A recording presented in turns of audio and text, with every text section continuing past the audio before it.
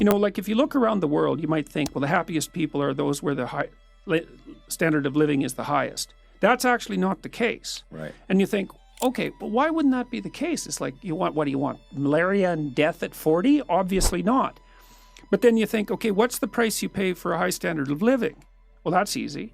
You virtually always sacrifice the present for the future. You're always working. You're thinking, okay, this has to be done, and this has to be done, and this has to be done. And it pays off.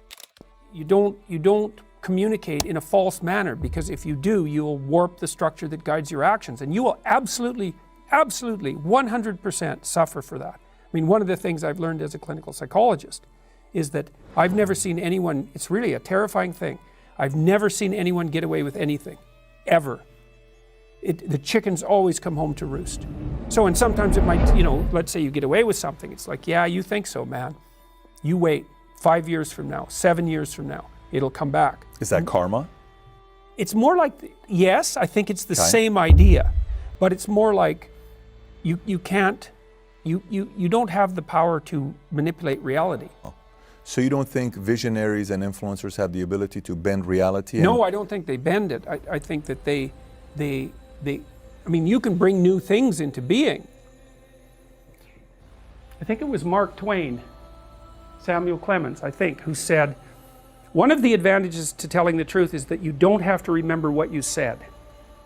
And that's worth listening to, because one thing to really know, if you're ever in a really bad situation and you don't know what to do, you tell the truth minimally. You don't disclose too much, that's just another lie.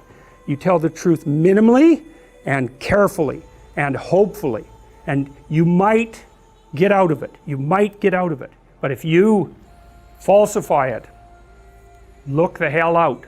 So the truth is a real mechanism of protection in dangerous situations. The problem with lying is that it's a hydra.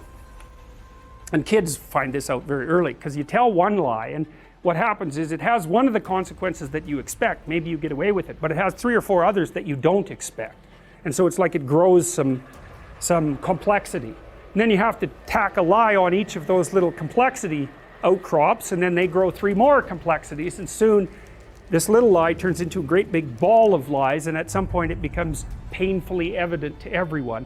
And by that time, you're in you see this with politicians. Like, what happens with politicians is, and I'm not speaking specifically of politicians, is they'll make an error and it gets exposed, and then they make 3 others trying to cover it up. It happened with Nixon, for example, and then the whole thing just turns into a complete scandal. And maybe they could have got out of it at the beginning by just telling the truth. It's like, yes, I'm an idiot, I'll try not to do it again. Don't underestimate the power of truth. There's nothing more powerful. Now, in order to speak what you might regard as the truth, you have to let go of the outcome. You have to think, all right, I'm going to say what I think, stupid as I am, biased as I am, ignorant as I am. I'm going to state what I think as clearly as I can, and I'm going to live with the consequences no matter what they are. That's an element of faith. The only true natural resource is interpersonal trust. If you can set up a society where people trust each other, then it will instantly become rich.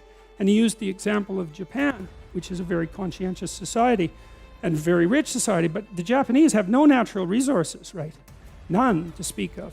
And yet they're rich. And then you have countries like the Soviet Russia and much of South America, where there's just natural resources that, they're just like Venezuela. It's just more natural resources than you know what to do with. And the places are absolute catastrophes of cynicism and corruption. And so he attempted to document the relationship between default interpersonal trust among citizens within countries and their productivity and their GDP and their standard of living, and found a very, very tight relationship. Most people find the meaning in their life through responsibility. People who have been hurt in so many ways, so many dimensions. It's like, bitter? Should they be bitter? Should they be resentful? Should they become violent? These things don't help. They have to struggle uphill despite their excess burden. And it's responsibility, not guilt. It's not necessarily their fault. That's not the point. There's a sacrificial element in maturation, right? You have to sacrifice the pluripotentiality of childhood for the actuality of a frame. And the question is, well, why would you do that? Well, one reason is it happens to you whether you do it or not. You can either choose your damn limitation, or you can let it take you unaware when you're 30, or even worse when you're 40. And then that is not a happy day. And I see people like this, and I think it's more and more common in our culture because people can put off maturity without suffering an immediate penalty. But all that happens is the penalty accrues, and then when it finally hits, it just wallops you. Because when you're 25, you can be an idiot. It's no problem. Even when you're out in a job search, it's like, well, you don't have any experience and you're kind of clueless. It's yeah, you're young, it's no problem. That's what young people are like, but they're full of potential. Okay, well now you're the same person at 30. It's like people aren't so thrilled about you at that point. It's like, what the hell have you been doing for the last 10 years? Well, I'm just as clueless as I was when I was 22. It's, yeah, but you're not 22. You're an old infant, right? And that's an ugly thing, an old infant. So, part of the reason you choose your damn sacrifice, because the sacrifice is inevitable, but at least you get to choose it. And then there's something that's even more complex than that in some sense, is that the problem with being a child is that all you are is potential, and it's really low resolution. You could be anything, but you're not anything. So then you go and you adopt an apprenticeship, roughly speaking, and then at least you become something. And when you're something, that makes the world open up to you again. Like if you're a really good plumber, then you end up being far more than a plumber, right? You end up being a good employer. Not that plumbers, I'm not putting plumbers down. It's like more power to plumbers. They've saved more lives than doctors. So, hygiene, right? So, if you're a really good plumber, well then you have some employees, you run a business, you train some other people, you enlarge their lives, you're kind of a pillar of the community, you have your family. Once you pass through that narrow training period, which narrows you and constricts you and develops you at the same time, then you can come out the other end with a bunch of new possibility at hand. Because you can go to university to not be something instead of going to university to be something. And it's Pleasure Island. And the price you pay for it, especially in the US, is debt. And you're enticed into it because the administrators can pick your pocket.